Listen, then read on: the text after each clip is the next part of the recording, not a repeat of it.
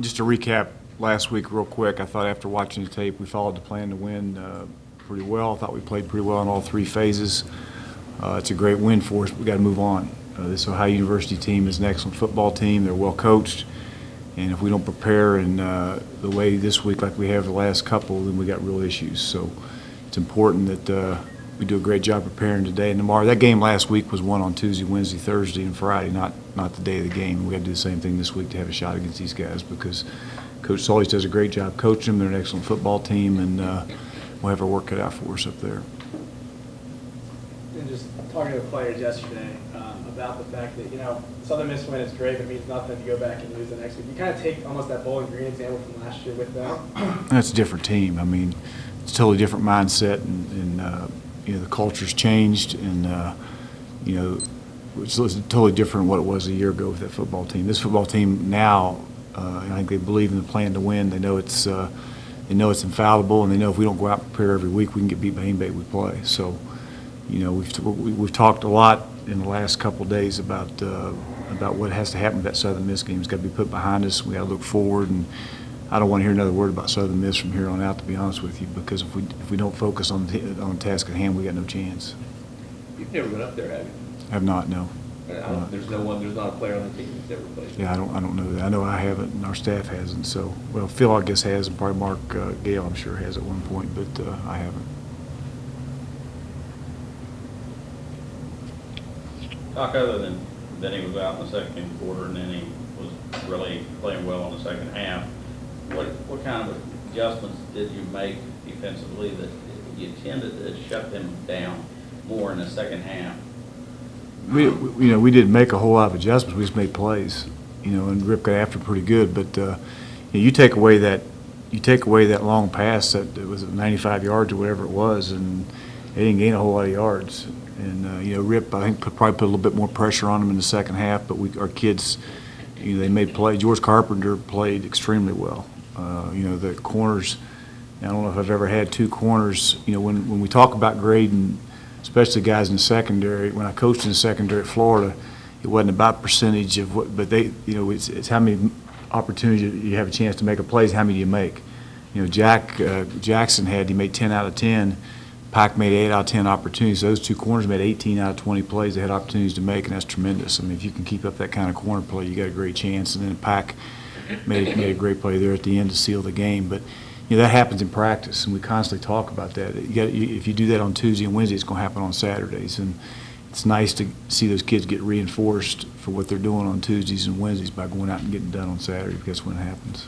Are you especially happy for Rashad? I remember early in fall camp, it seemed like or it might have even been spring, you made him go through the one-on-one tackling drill time after time after time after time. Yeah, he was awful, to be honest with you, but he's gotten better, and he's going to get it again today too. And you got to be able to tackle. I mean, if you can tackle, and we've got a goal that our defense has every week is single-digit missed tackles. We weren't quite there, but we were close. And as long as you can tackle and keep from giving up big plays, you got a great shot, and our defense is doing a pretty good job doing that right now. We work extremely hard on tackling. We do. Give us a look at Ohio's offense. Well, it starts with their offensive line. I mean, if you take a look at them, they're just so. It starts with their offensive line. They got a quarterback number 4, the Tettleton guy, he looks a little bit like Eddie as far as his statue and all that, but he's making plays for him. He's making great decisions. Their tailback number 8 is an excellent player, but I think if you look at them, it starts up front. They've got a lot of those guys back. They're extremely physical. They got a receiver named Brazil too. He's only an excellent receiver. He didn't play against us a year ago, but he's also a great punt returner. So they got great skill. They got a tailback. They got a quarterback that's making good decisions. And they got an offensive line that's extremely tough, and they play extremely hard. And they're a typical Frank Solich offense. I mean, they come after you. They play extremely hard, and you better line up and be able to and be prepared for a physical day, or you got major problems. And our guys need to understand that. Did you and Frank ever meet up in bowl games or anything day to day? You know what? I played Nebraska one time in the kickoff classic. That was 100 years ago. I don't know if he was there or not then, but that was a long time ago. And then, of course, we played him a year ago. And he's an excellent coach. He's been very successful wherever he's been. If you play one of his teams, they're going to be well coached. They're going to be well prepared, and you're going to get your best shot, because that's the way it's always been that way, and it always will be that way with him. He's a great coach. Because last year, they were kind of predictable when you put Bates in at quarterback. This new guy's kind of a dual threat guy. He does it all. He can run, he can throw it, and he does a good job of doing both. And you know, they went on the road and beat a New Mexico State team that just beat Minnesota at Minnesota. So, you know, they've gotten 2 good wins under their belt, and you know, they won 8 games a year ago, went to a bowl game. So, you know, they know how to win, and they got players, and they're probably one of the top teams. Or not probably, they are one of the top teams in the Mid-American Conference, which that Toledo team that comes from Mid-American just went up and had Ohio State just about beat. So, you know, they can play with anybody, and we understand that, and our players. And I'm going to make sure I get across to our players, they better understand it too. That Hail Mary last year, that just kind of gets slow motion in your mind. Oh, don't remind. Why you got to remind me of that? I was having a pretty good day till I came here, you know. Yeah, we've corrected some things as far as that goes, but that can't happen. I mean, that, you know, and it does happen. I mean, I saw Tulsa beat East Carolina. The last play of the game was a year ago, or East Carolina beat Tulsa the other way around on the same deal. And you know what? About every Saturday you look up, you know, somebody's beating somebody doing that. So you got to work defensively, and you know, we've gotten some other athletes in there that when we get in that situation, that we got some guys that hopefully are 6'3", 6'4", that can go up and make a play. That being said, dating back to the bowl game and Marshall, you know, edging out there, and then last year surviving a 2-point conversion, this Ohio team's going to be pretty hungry for you. Well, they are. I mean, not only that, they're going to play you tough every time you play them. I mean, that's the way they play, and that's just them. And they're going to hang in there and hang in there and hang in there, and they always have a shot at it. And so we got to have a great week of preparation that starts today.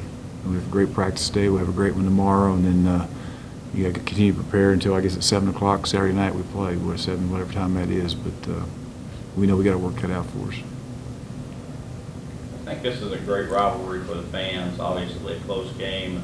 Sounds like it's going to be a sellout, but your team's so young. I mean, every team they meet, it's like they've never played it before. It's just the next team type of mentality that you want, but I think it is because they're so young, they haven't played a lot of these teams before. There's no question. And we have to, you know, I worry about that. You know, I worry about having 60, whatever it is, freshmen and sophomores, and, you know, making sure they understand that how to prepare every week. But you know what, especially defensively, we got some, you know, Tyson Gale, George Carpenter, Kellen Harris, Vinny. We got some older guys there that can take these young guys under their wing, and our coaches have to do a great job on offense to lead because we don't have a whole lot of older kids over there. It's got to be the coaches take the role there and on offense. But you know, we can't let these kids. You know, we got to make sure they know how to prepare. They know how to practice. And the great thing about last week is that, you know, they see what the results are, and you know, we got to build on that. But we got to prepare like that every week. We got no chance. We're not good enough to go up and just show up and beat anybody, that's for sure. If we just show up, we're going to get beat by anybody we play from here on out. How hard does that have to do as a coach, Doc, to convey that to your kids, to say, hey, you beat something that's a really good team, and then just wipe the slate? Well, you got me. It's something you have to do. I mean, we have to beat it into them. I mean, it's just something that, you know, and you wonder as a coach sometimes, I know you all probably wonder too, you know, you work 365 days a year for 12 opportunities. How can you not be up for all 12 of them? You only get 12 shots, you know, but every week somebody gets beat that shouldn't. And it happens. I mean, last week, I don't know who it was. Well, Minnesota got beat by New Mexico, just got beat by Ohio or clear out there, you know what I'm saying? And but that being, you know, and the same thing's going to happen this week. You know, just as a coach, you work extremely hard to make sure it doesn't happen to you. And but it's going to happen to somebody. It just can't happen to us, you know. We got to be prepared to go play. Hell, they're favored. I mean, we're going in there the underdog. So we'll see what happens. Do you use that as motivation for your team? I use it. I mean, I don't know. We'll see. I mean, we use about anything we can get. We need about anything we can get at this point. But you know, I don't get all hung up in that. I get hung up in making sure about our football team. Are we prepared? Are we invested? Are we doing everything? We don't change our preparation from week to week. You know, we prepare the same, and it won't be any different this week. We have to worry about ourselves getting better, not, you know, right now. Our team's got 2 games under his belt now, 2 times to look at a film and see what he's done. Do you think he's made the strides you wanted to see after game 1 and after game 2? Well, he's made some strides, I think, and you know, he just can improve on so many things that you don't actually see from the stands and you see on tape, and he understands that. You know, and Tony's doing a great job with him, and you know, he's come up. You know, for him to be where he is at this point, not having spring ball is tremendous. I think on his part, it tells a lot about him as a player because, you know, the quarterbacks. I've never been with a freshman that's playing that showed up in August and started practice. You know, the 2 freshmen that I've been with that played was Tebow and Phillip Rivers, and they were both there for spring ball. And this kid didn't have that. So, what he's done up to this point, you got to give credit to Tony and Billy and that offensive staff, and of course the kid, because he's been able to grasp it. But he's got to continue to get better, and he wants to get better, and he'll be fine. Some of the kids yesterday talked about when he came in, that he just had that aura. Do you see that? That's probably rare to see that. Yes, the really good quarterbacks have it from the time they step on campus. I mean, Phillip Rivers had that, Tebow had that. I'm sure Chad had it when he was here. You all know that, and I'm sure Byron had it. You got guys that. What is it? I don't know. It's it. They walk on campus and they find a way to make plays, and they become leaders just by the way they carry themselves. And you can see by the way our kids have responded to him that he's got those characteristics. He's got to continue to lead this team and continue to work on those things. Troy Evans will be all the way back this week. Yeah, he's fine. He'll get practice this week, and he'll be fine. Evaluate your running game for those first 2 games. What improvements that you made there? What positives?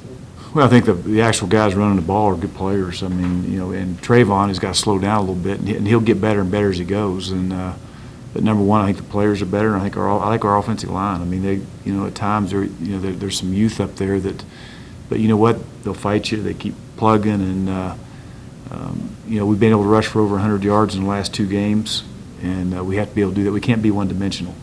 I think Larry said something. One thing we've been able to do defensively is force the last 2 teams we've played to be one-dimensional.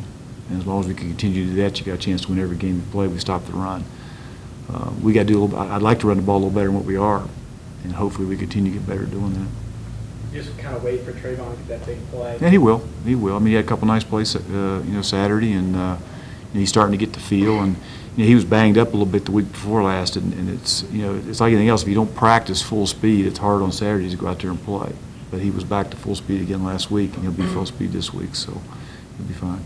When you say getting him to slow down, just to let Just the the play reads, develop. let the play develop a little bit, and he's trying to rush and everything instead of just seeing it and hitting it. But he'll be fine. He'll be fine. Talk about Ohio's defense. I see some very familiar names there. Yeah, they're all back. I mean, there's a lot of guys back, and again, they're no different in their offense. They play extremely hard. They play extremely tough, and they're well coached. They are. I think they're giving up. I think in the last 2 games, they held New Mexico State to 6 yards rushing, I think, and they're allowing 246 yards per game this season, 13.5 points. And I think they were ranked second in the American Conference a year ago. They're no different. They're a solid defense that play extremely hard, and we'll have our work cut out for us. You just assuming that Keller will go to linebacker he talked about. I'm assuming he's going to go. Ask our SID. Hell, he knows everybody over there. He just came from there. He won't tell me anything. I keep trying to get him to call over and find out, but he won't help me out. But I'm sure he'll play. If they don't, that number 30 in there, he played against a year ago. They're like twins. He'll be fine. But they're a good defense, and they're well coached. That was Keller. How would he fit in Conference USA? One of the top 3? I think he could play anywhere. I mean, he could play anywhere in the country. He's a good, solid player, and he's a linebacker that he's a little bit like Tyson. He has it. He runs around out there and makes plays, and he's a really good player. Really good player. OU's offense is pretty methodical, but in each of the first 2 games, they've had that one big quarter, which has really jumped out. How do you avoid giving up, that one big quarter in bunches? You just got to continue to. You just got to play hard. I think that's one thing we've done defensively is we've played hard, and with the exception of a couple, we haven't given up a bunch of big plays. But you have to continue to do that. Just keep playing, and I think the one thing our kids did, and I talked a little bit about it a year ago, is that this team a year ago couldn't overcome adversity. They couldn't. A year ago, the first 4 or 5 games, if we'd gone down 17-3, it probably would have gotten ugly, to be honest with you. And right now, these kids are, mentally they're extremely tough. Adversity doesn't affect them. They just keep playing. They don't, just keep. The theme we're on is, hey, don't ever look at the scoreboard till the end of the game. Just keep playing 4 to 6 seconds as hard as you can play every snap. At the end of the day, we'll look up and see what the score is. And those guys have done a nice job of doing that. So, I don't know about quarters and all that. We're just going to go in and play extremely hard, and we'll figure out the score at the end of the game. You were talking about going down 17-3 in last year. Is that what makes Cato almost the perfect leader for this team, simply because he doesn't have to unlearn any of the things that have happened over the last Well, that helps. I think that helps. But, I think also you've got a core group of kids, the George Carpenters, the Tyson Gales, the you know, Ryan Tillman's, there's not a lot of them, C.J. Wood, you know, we've got 8 or 10 core guys that understand what it takes to win, and they've done a great job of leading those young kids. But you're right, I mean, there's a bunch of kids in here that have no clue about overcoming adversity that we've had, you know, the issues we had a year ago early, and that helps. They only know one thing, and that's how to play hard. Defense comes up with 6 turnovers, and one of the things I was asking him, I said, I mean, obviously, you senior players know you've got a freshman quarterback, and he threw a couple of picks, and they said, yeah, you know, we pat him on the head, tell him we got your back. So I think they took it up a notch because they know he's young, he might make mistakes. You know, anytime you're +4 in a turnover ratio and block a punt, you got a great shot at winning the game. If you're +6 and block that punt, we eliminate those 2, it's probably not close. And that's where I'd rather be, to be honest. I'd rather be +6 plus block punt than +4. But you know what? Our defense works extremely hard.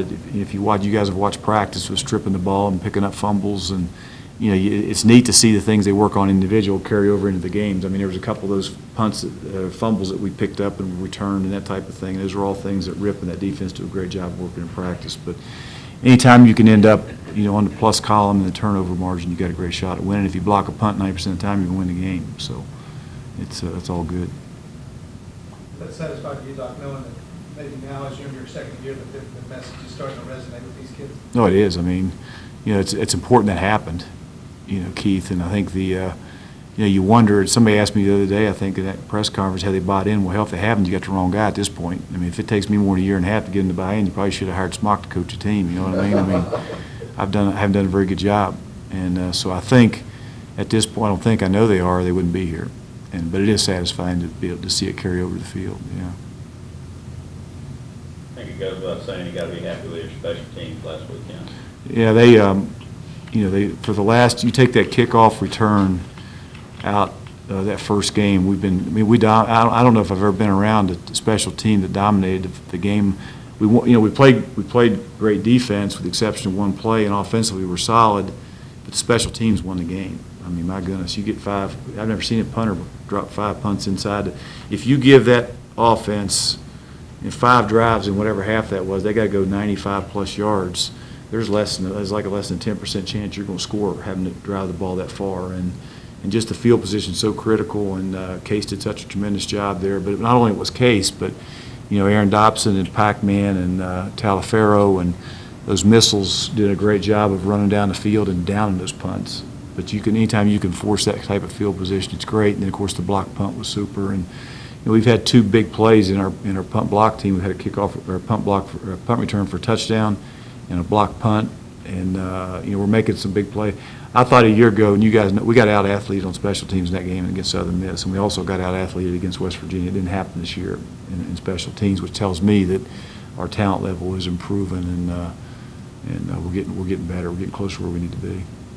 Special teams is the ultimate emotional swing, and I mean, a team gets a stop and they think they're going to get the ball and have momentum, and Case pins them at the 1. Or Sets a tone. You know, we talk every week about how the special team. We're either going to start with a kickoff or we're going to start with a kickoff return, and that particular play is going to set the tone for the entire game. And you know, the thing that pleases me about our special teams and our other guys understand, if you don't play on special teams, you don't play. And but you know, you're seeing our play. You're seeing Aaron Dobson run down. You're seeing Booker. You're seeing Arringtons. You're seeing Tron Martinez's. You're seeing, you know, good players on those special teams. That's why they're good. I mean, that's why you see Omar Brown's a center on our kickoff return. You guys probably don't notice that, but those are good players that are all playing on special teams, and that's why we're where we are. But we got to continue to get better and do that, because you know, you can. That's the third phase of the plan to win, is to win the kicking game, and we've done a nice job of doing that. Sounds like you got a competition to be missiles now.